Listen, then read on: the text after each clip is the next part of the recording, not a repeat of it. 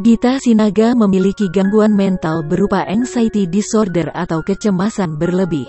Sosok Habibie Hutlah yang dipercaya oleh Gita sebagai obat ketika anxiety-nya mulai kambuh. Gita selalu menghubungi Habibie tiap kali rasa cemas dan khawatir berlebihnya itu muncul.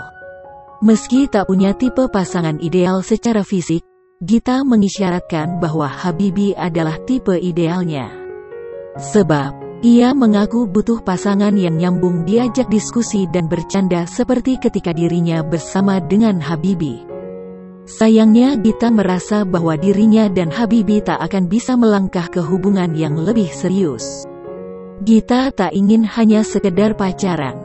Ia sudah ingin membangun rumah tangga dengan pria pilihannya.